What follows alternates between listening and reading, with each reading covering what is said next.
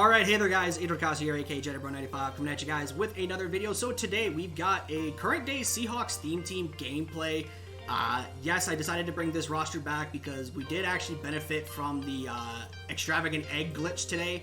For those of you that did not know, EA accidentally made the extravagant eggs 17,000 training apiece, not 170,000.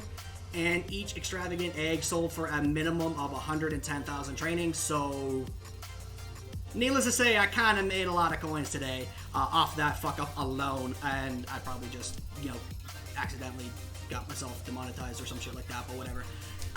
But the main piece for the gameplay that I want to focus on is Noah Fant, who was our 96 overall that we got for Sugar Rush Part 2 today.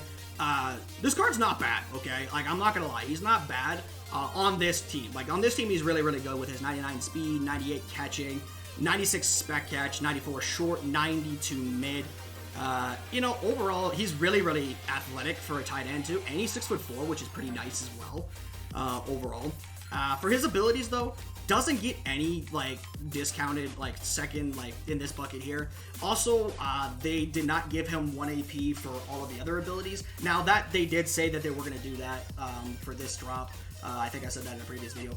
But in this bucket here, he gets a couple of interesting things. So he gets Tight End Apprentice and Deep Out Elite for free, and he also gets Playmaker for free as well.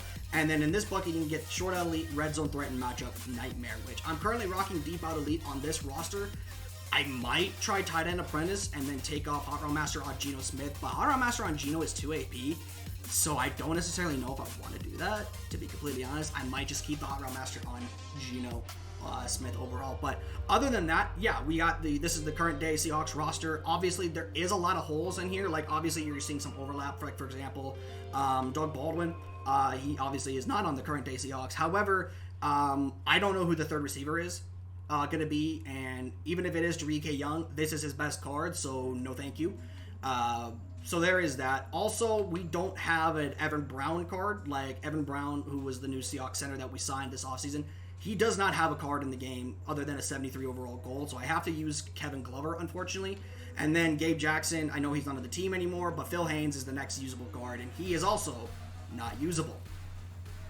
And then for defense, obviously, a little bit of changes, like filling in, whatnot. Again, I gotta use this Cam Smith since Michael Jackson's our third cornerback. Could not find a Julian Love on the auction market at the time of recording this video. Probably will have it on the team at some point, but yeah, definitely did not find a Julian Love in any way, shape, or form. And then obviously defensive tackle. I have no idea who the Seahawks DT is going to be this year. My suspicion is going to be Jerron Reed. He's going to play our defensive tackle. Then we'll probably have Jamont Jones as an interior pass rusher, and then have Uchenna on the other edge with Darrell Taylor and Uchenna Nwosu, or Darrell Taylor and Boye Mafe competing for the other edge slot. And I do think that's what should be happening, because Boye Mafe was really good when he played, and Darrell Taylor was pretty mid until the last half of the season. But with that being said, though, guys, enjoy the gameplay. I think you guys are going to like this one. Alright, so we matched up in a Super Bowl matchup with the Philadelphia Eagles. Now, I think this was an actual Eagles themed team. It did have a couple of fillers for the most part. Like, I think it had, I know David Njoku was one of the players on the team that was a filler. And he also had a couple of players on defense, I believe. But for the most part, he had guys like A.J. Brown, Kenneth Gainwell, Jalen Hurts. I think he had Devonta Smith on the squad at one point, in some way. Obviously, Keyshawn Johnson gets every single team chem, so he's going to be on the Eagles team regardless, even though I think that's, I just don't agree with that. I've definitely become one of those. If you didn't play for your team, if you didn't play for your franchise, then quite frankly, who cares? Because, that player should not be on that team. But after that first down conversion on the nice crosser to A.J. Brown, we find ourselves at a 2nd and 8. Now, this guy, I'm not going to lie, I liked playing this guy. He was a bit of a challenge overall in terms of, how he plays, the meta, because he was a gun tight spammer, so, I obviously hate playing against, meta players, but I would rather play a meta player than a no huddle spammer. But right here, we actually do get him with Sam Adams. You guys, like I said in the intro, know I'm actually playing with the current day Seahawks team. I don't know what happened on this cut, but right here while we're at the 24 already, but doesn't matter. I'm keeping it in. He tries to route bounce. He tries to playmaker Keyshawn up the shot sideline, but Tariq Woolen right there with his big 6'4" body, and he picks that ball off. So great start. Obviously, you know we want to get this Super Bowl win. Because believe it or not, this is actually my opponent's Super Bowl. I thought this. You know, I was hoping this wouldn't be mine, but, you know, this ended up being my opponent's Super Bowl. And can I just say real quick, just as a hot take on this type of video, because I do think that this should be something EA should look to implement into Madden's going forward. If you match up with your opponent's Super Bowl, and you win those games, I personally believe you should get the rewards for winning it, because otherwise there's no incentive to really play in an opponent's Super Bowl. You may as well just quit out the game and just take the L. In my personal opinion, you know, I really don't think there's any incentive to playing it. Right here, 2nd and 8, we try a little bit of a bootleg with Geno. We actually do take off, get about like 7 yards. So, yeah, 3rd and 1 here. We give the ball to, I believe, we get him to motion over to Lockett to, you know, try and make him think it's a pass play. We actually do run the ball with K9. He does fight for the yardage too, and he does pick up the 1st down. And as you guys did see in the intro, I am playing with the current day Seahawks team roster because we did pick up Noah Fant, which is basically the gameplay that I'm highlighting the player on. As you see right here, K9 actually does find a crease, and he does take it into the end zone for the touchdown. So, you know, ideal start, right? Obviously, you know, get a stop on defense, and then offensively, you know, score on your opening drive. Really, really good here. Now, I go to a cover 6 right here. He does, you know, go for a one-play burner on a bunch tight end, which, you know, I'm starting to think he was stream sniping at that point because, you know, I just feel like, how do you know I'm in this match coverage and drop on perfect match beater, which, I mean, I don't know, maybe he just got lucky, maybe he just guessed correctly, or maybe he was stream sniping, who knows, but the point still remains that, you know, the jury is out. The jury is definitely out for me at this point because I'm wondering, like, what is he doing? Whatnot. So, 1st and goal, he does go to inside halfback base, I believe that was, and he actually does score with Gainwell. So, 3 plays into his next drive, and he scores. So, fantastic overall stuff there. You know, really fun shit on that drive. So, right here, we just throw the ball to Lockett, you know, try and get some yardage. He only gained, 2 yards, so, yeah, that was a lot of fun. I do notice that he is in single high look, so I'm trying to see if I can get some verticals down the seams. Lockett does catch the ball, but cornerback Michael Vick comes over and gets the ball, knocks the ball out. But again, still seeing that he's in single high defenses, so I'm trying to go to some vertical plays, trying to see if I can, you know, get the get some passes in the seams and stuff of that nature. Right here, unfortunately, it was under pressure inaccurate, so we do overthrow the receiver. Right here, I decided to go for it instead of punting, which, I mean, I don't know. You guys let me know what you guys think about that. Do you think it was a good decision or not? But I end up throwing an interception there to Michael Vick because apparently he actually does come over and he actually does play that very well, which, I mean, I don't know how, but he did, because I feel like he was distracted by the outside third and he should not have been able to pick that off. But right there, on the outside streak, I mean, right there, he tries to throw down the seam himself. He doesn't get the completion. Here, he just throws the fucking ball up to David Njoku, and, you know, sadly, because this game is broken, I understand he had his X Factor. I don't give a crap. That's still a terrible read. That should not get rewarded. You know, I don't care.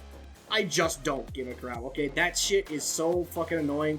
It does not take any skill to do that, and in my opinion, that shit needs to be... That needs to go. Ags need to go next year. Like, just please, for the love of God. They are the ultimate bullshit fucking thing in this game. Right here, we take a quick out to Noah Fant. He does get tackled, so we actually are forced to use a timeout. I was hoping to get to the out of bounds. Hoping to get out of bounds. So 3rd and 5 here. I actually, you know, don't even notice any. I think I had X down the sideline, but, you know, we actually do make a nice play with Geno on the run, finding Noah Fant down the field. We actually do spike the ball here, which is why we're on a 2nd and 10 now. Here, again, I tried this pass down the field, but Michael Vick with his X Factor does break that up, which, I mean, fine, that makes sense, whatever it is, what it is. Right here, again, I'm trying to, again, I know he's in single high defenses, and I'm trying to fucking throw the ball down the seams, but he is seam flatting his corners, I believe, but right here, he actually does come over with his user, and he does pick that off. And he gets a good return out of it, too. I think he does get at least close to field goal range, if not in field goal range. And he ultimately does kick the ball to get the 3 points at the end of the half. So we're down 9 going into this beginning of the second half here. But we do have ball. We do have ball, and yes, I know I have not played very good this game. I will not disagree with that, but overall, I do think I can still win this game for the most part. Right here, we try to scramble out of the pocket. He does get an illegal touching penalty, which actually does keep the drive going for some reason. I don't know why we got an illegal contact penalty there, but we can't get illegal contact penalties anywhere else. In my opinion, that to me, in my opinion, it's just absolute, to me, confirms that DDA does exist in this game. Like, I know a lot of people will try to argue that it doesn't, and you're just wrong. Like, at this point, I'm not going to argue against those people that say it doesn't exist. If you don't think it exists, then you're just wrong, and you just need to know that you're wrong. I'm sorry, but it is what it is. Like, I'm not going to, sit here and pretend that, it doesn't exist. First and goal here, he does throw I'm throwing the ball away because he does play pretty good defense there. Second and goal, I try to throw this up to Metcalf. He doesn't even try to jump for the ball for whatever reason, so that was fine. Third and goal here, this made me think that he was stream sniping because he just was in the perfect place to pick off that ball. I understand that was a really questionable, read, but he was right there when I threw the ball. Even before I threw the ball, he was already breaking to that side of the field. So that made me think he was stream sniping a little bit. I'm not going to sit there and say he was or was not. But, again, the jury is out, and that made me even more convinced that he was definitely stream sniping me. Which, I don't know. Again, I don't know if he was or if he wasn't, but I'm not going to dwell on that. So, second and 5 here. Again, he's trying to go to the run. He's trying to milk this clock and get out of here with a 9-point win in his Super Bowl, which I don't know if I've mentioned that already, but this is actually his Super Bowl. This is not mine, which does kind of suck. I wish that it was my Super Bowl, but, I ain't good enough to win a Super Bowl myself, or get through the playoffs myself. Right here, we accidentally blitz Bruce Irvin, but we actually do get rewarded with a strip sack. And Darrell Taylor actually does go take his back for a touchdown. So we got a game. They went from being down by fucking 9 to now back in this game with a chance to get a stop and tie the game. We actually did miss the extra point by mistake on that, by the way. So instead of being down by 2, we were actually down by 3, which, it's still a one-possession game. But in a situation like this, you can't really afford to not have the point. So play action again. He tries to roll out again, but Jamal Adams forces the fumble on him this time, and we actually get set up with pretty good field position overall. Now originally, at this time, I'm trying to milk the clock here because I completely forgot I had missed the extra point. So I'm just trying to milk the clock, kick the field goal, and get out of here with the steal of the century, basically. But I had completely forgot I missed the extra point on my fumble return touchdown. So now I'm in a position where a field goal is to tie, but a touchdown is to win. And ultimately, I try to milk the clock a little bit, see if I can get a little bit of time left to see if not a little bit of time to see if I can get him to panic a bit and throw something really, really bad. So. First and 10 here, though. After that, after we kick the field goal to tie the game, he tries to find somebody, but he doesn't. He just throws the ball away. So second and 10 here. Once again, another big play. Definitely need to make sure that we at the very least keep him in bounds and force him to use timeouts, which he actually does right about now. So now we're in a situation to where it's 3rd and 3 from his 32, and he's got to get in field goal range here. So he tries to throw this deep pass down the field. I don't even know where that was going, and take it away, Adrian.